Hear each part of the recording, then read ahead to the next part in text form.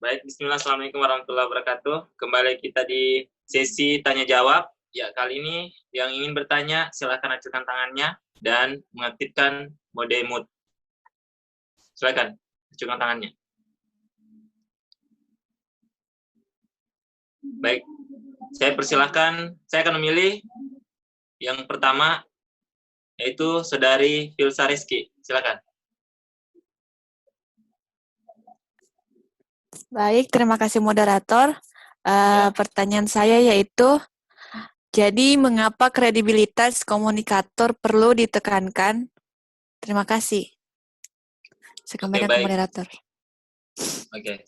Jadi pertanyaan dari Saudari Filsa itu mengapa kredibilitas komunikator perlu ditekankan? Silahkan yang ingin menjawab pertanyaan Saudari Filsa, acungkan tangannya. Oh ya, sebelum menjawab silahkan teman-teman cari jawaban dulu. Saya berikan waktu 1 menit. Perlu ditekankan.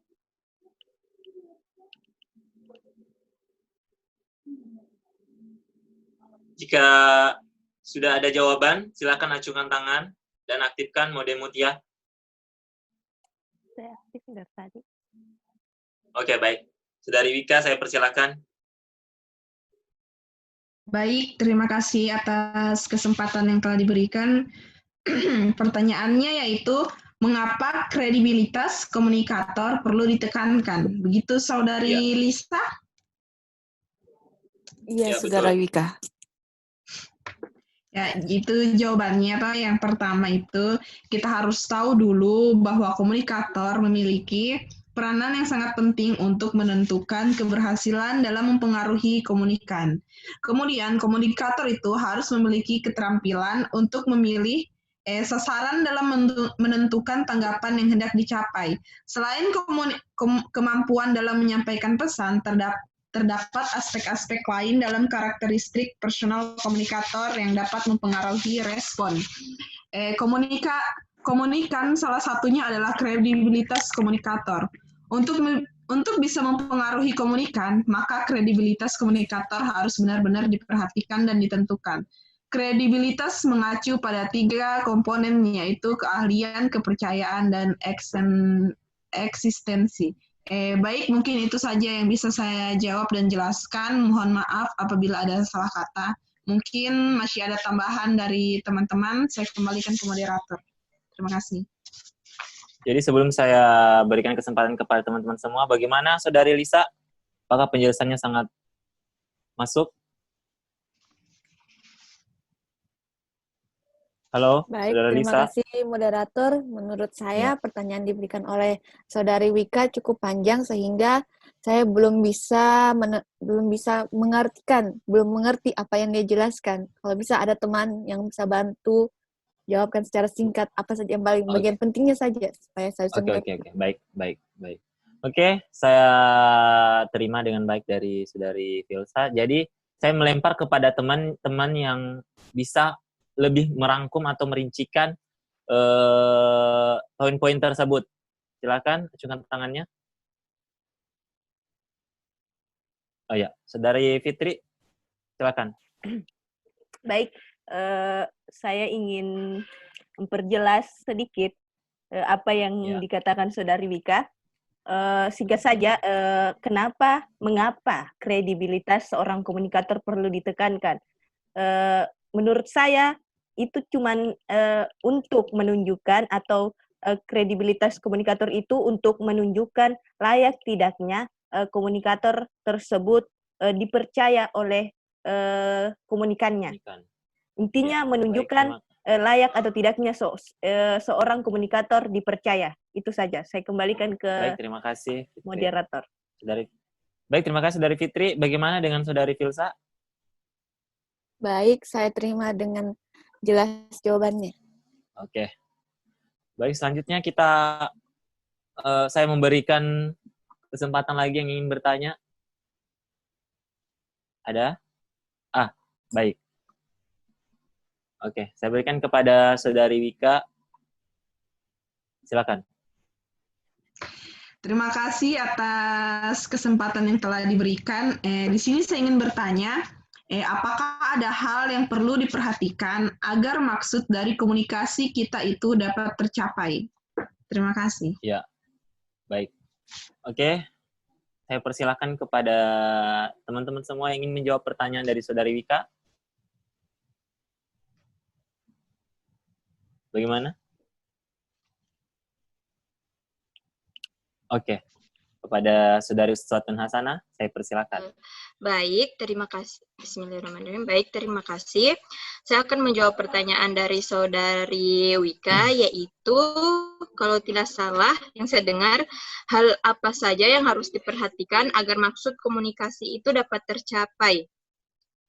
Begitu, Di? Iya, betul. Ya.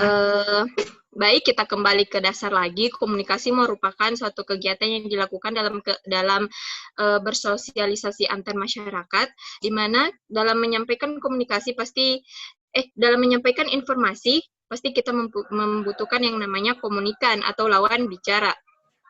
Nah, hal yang harus yang harus diperhatikan agar maksud komunikasi kita itu dapat tercapai kepada lawan bicara, kepada komunikan, yaitu yang pertama, memilih kata-kata yang familiar. Maksudnya kata-kata yang sudah sering didengar begitu, yang sudah sering didengar agar itu komunikan dapat memahami maksud maksud informasi kita dan lebih cepat begitu.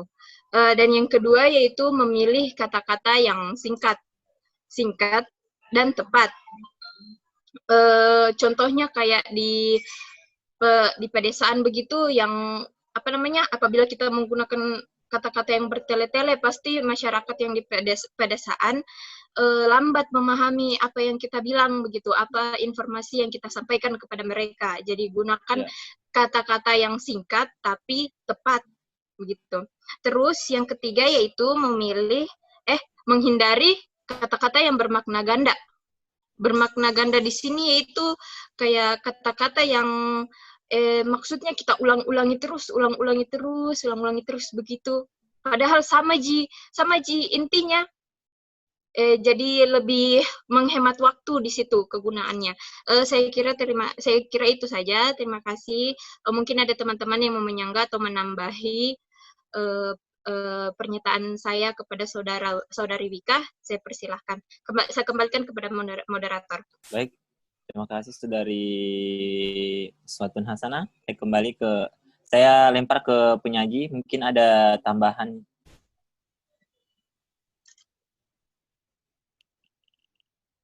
Silakan. Nah, terima kasih moderator. Langsung saja saya akan menambahkan sedikit atas apa yang disampaikan oleh Saudari Uswatun Hasanah. Langsung saja, hal apa saja yang harus diperhatikan agar komunikasi dapat tercapai. Nah, agar komunikasi dapat tercapai, maka kita harus melakukan komunikasi yang efektif. Komunikasi yang efektif di sini, misalnya dalam pemberian dalam bentuk timbal balik komunikator memberikan pertanyaan, kemudian komunikan memberikan jawaban, kemudian atau juga dapat berupa perbuatan baik secara fisik maupun secara mental. Kemudian adanya umpan balik ini dapat memungkinkan komunikan mengadakan perbaikan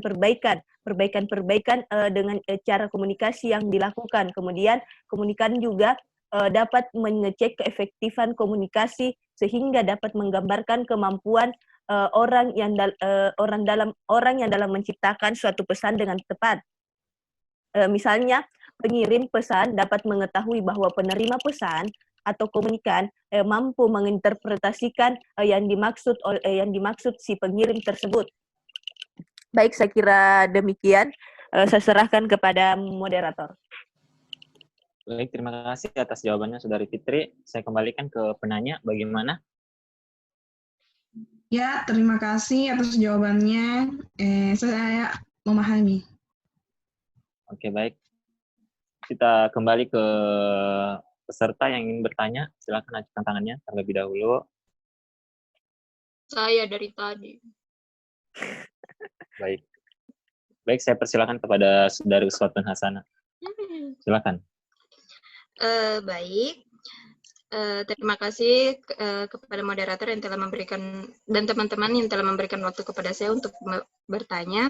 Sebelumnya kan saya bertanya tentang analisis audiens. Terus saya di saat kesempatan ini saya ingin bertanya tentang profil audiens. Nah, bagaimana caranya kita atau teman-teman atau pendapatnya teman-teman cara mengembangkan profil audiens. Terima kasih, itu saja pertanyaan saya. Baik, terima kasih Saudari Uswatun Hasanah. Sebelum kita berikan kepada teman yang mau menjawab, saya beri kesempatan untuk mencari jawabannya. Hanya dalam 1 menit ya. Baik. Jikalau sudah, pertanyaan sudah Anda dapatkan, silakan acukan tangan. Oke, baik. Saya persilakan kepada Saudari Filsa. Baik, terima kasih moderator. Saya akan menjawab pertanyaan dari Saudara Uswatun Hasanah yang bertanya bagaimana cara mengembangkan profil audiens. Jadi cara dari mengembangkan profil audiens itu terdiri dari 5. Yang pertama itu berapa jumlah dan bagaimana komposisi audiens. Yang kedua, siapa audiens. Yang ketiga, reaksi audiens. Yang keempat, bagaimana tingkat pemahaman audiens. Dan yang kelima, bagaimana hubungan komunikator dengan audiens. Yang pertama itu kan berapa jumlah dan bagaimana komposisi audiens. Jadi audiens dalam jumlah besar tentu saja akan menunjukkan perilaku yang berbeda dengan audiens yang berjumlah sedikit, sehingga untuk menghadapinya diperlukan teknik komunikasi yang berbeda pula.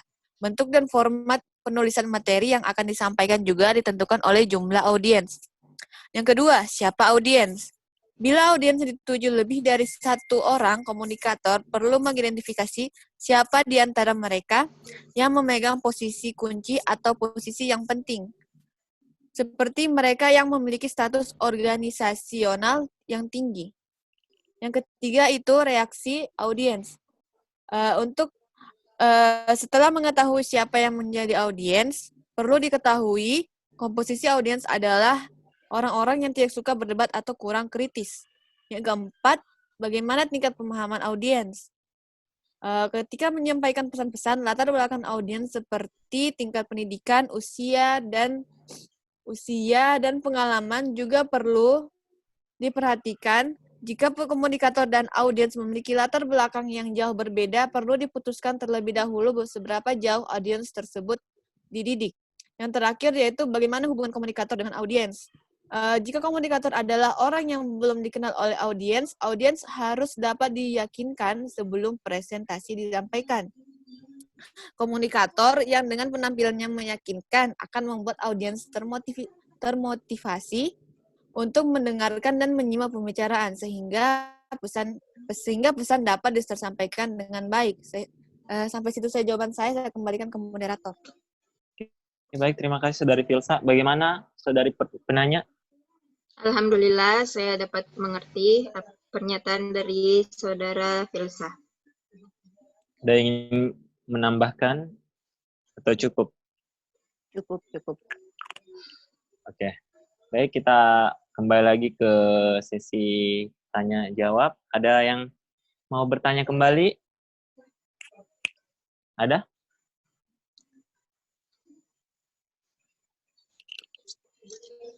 Oh, oke. Saya berikan kembali kepada Saudari Filsa. Ya. Baik, terima kasih moderator. Begini, pertanyaan saya adalah apa yang dimaksud dengan memproduksi pesan yang baik dan bagaimana cara melakukan produksi pesan tersebut. Terima kasih. Oke, baik. Terima kasih juga kepada Saudari Filsa. Jadi, pertanyaannya itu, apa sih yang dimaksud dengan produksi pesan yang baik dan bagaimana cara melakukannya? Nah, saya persilahkan kepada teman-teman yang ingin menjawab pertanyaan dari Saudari Filsa. Mungkin sebelum itu, silakan mencari jawaban terlebih dahulu. Berikan kesempatan 1 menit. Jika sudah ada jawaban, silakan acukan tangannya.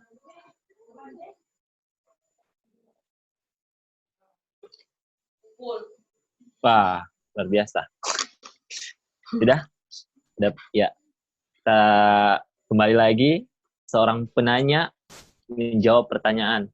Dan seorang, kan Anda tadi ini berdua saling menjawab ya. Nah, oke, saya persilakan kepada Saudari Uswatun Hasanah. Baik, terima kasih. Saya akan menjawab pertanyaan Saudari Filsa, yaitu apa yang dimaksud dengan memproduksi pesan yang baik dan bagaimana cara melakukannya. Kalau saya tidak dengar, kurang lebih seperti itu ya. Iya. Menurut saya, memproduksi pesan yang baik berarti memilah pesan yang sesuai pula atau yang baik pula untuk diinformasikan kembali. Adapun langkah-langkah yang harus dilakukan yaitu mendesain elemen dan mendesain keputusan. Nah, mendesain elemen di sini yaitu dalam komunikasi bisnis, masalah mendesain elemen ini perlu mendapatkan perhatian. Kenapa? Karena desain elemen akan memberikan visualisasi atau penampakan yang lebih menarik dan mudah dipahami.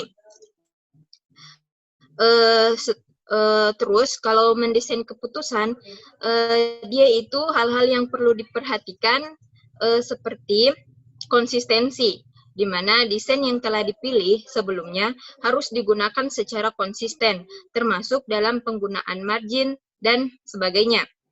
Setelah itu yang perlu diperhatikan yaitu keseimbangannya. Keseimbangan untuk menyusun desain yang menarik, buatlah keseimbangan dalam hal spasi antar kalimat dalam paragraf dan spasi antar paragraf. Yang ketiga, keterbatasan, di mana desain yang dipilih ini desain yang sederhana dengan sedikit penekanan atau aksen. Terus yang terakhir yaitu rincian. Rincian di sini yaitu seberapa rinci desain itu dibuat dan tidak membingungkan.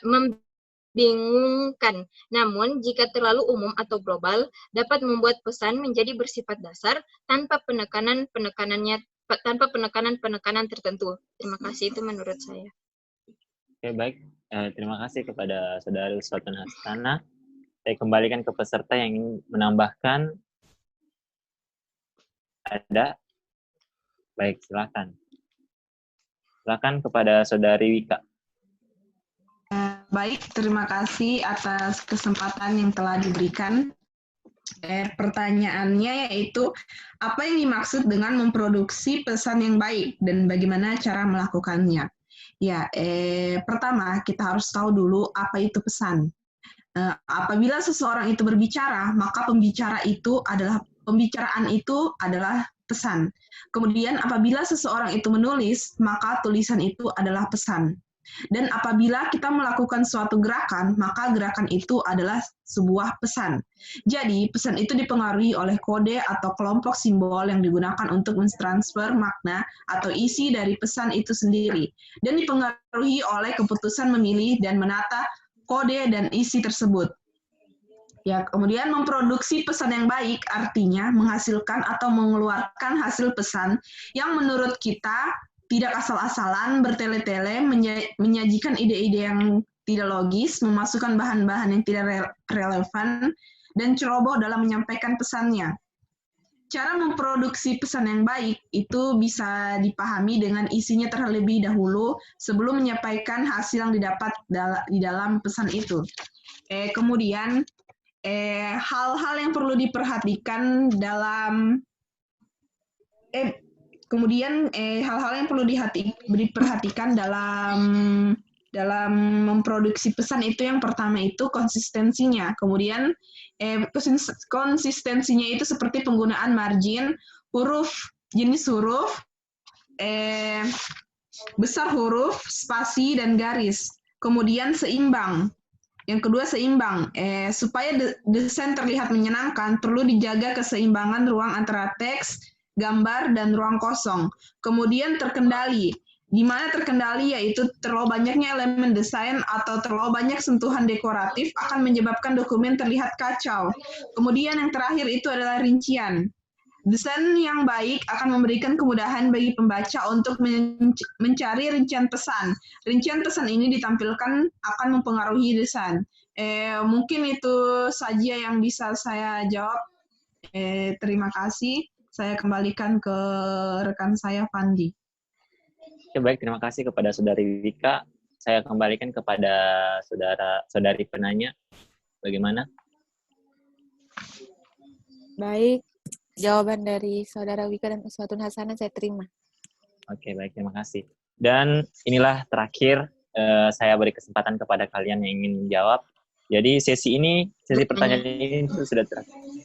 Sesi ini sudah terakhir ya, yang terakhir. Jadi untuk penanya ini sudah terakhir, oke? Ngerti? Setelah ini selesai. Oke. Saya beri kesempatan kepada Uswatun Hasanah. Baik, terima kasih atas kesempatan yang kesekian kalinya yang telah diberikan kepada saya. Dalam materi tadi, PowerPoint ini, ada poin kelima yang akan dibahas, yaitu pemilihan saluran dan media. Nah, pemilihan saluran dan media ini terdapat ide-ide yang dapat disampaikan melalui dua saluran, yaitu saluran lisan dan tulisan. Pertanyaan saya di sini yaitu coba beri pemahaman saya atau jelaskan kepada saya secara rinci kelebihan dan kekurangan dari saluran komunikasi lisan dan saluran komunikasi tertulis. Terima kasih, saya kira itu saja. Bagaimana? Kepada peserta ada yang beri jawaban? Oke, Saudari Filsa, saya persilakan.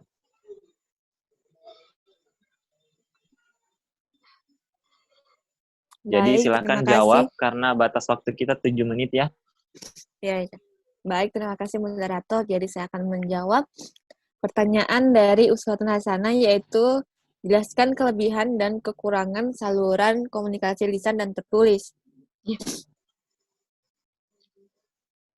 Nah, yang pertama itu kelebihan saluran komunikasi lisan adalah sederhana, spontan, nyaman, praktis, ekonomis, dan memiliki kemampuan yang lebih tinggi dalam memberikan umpan balik atau feedback.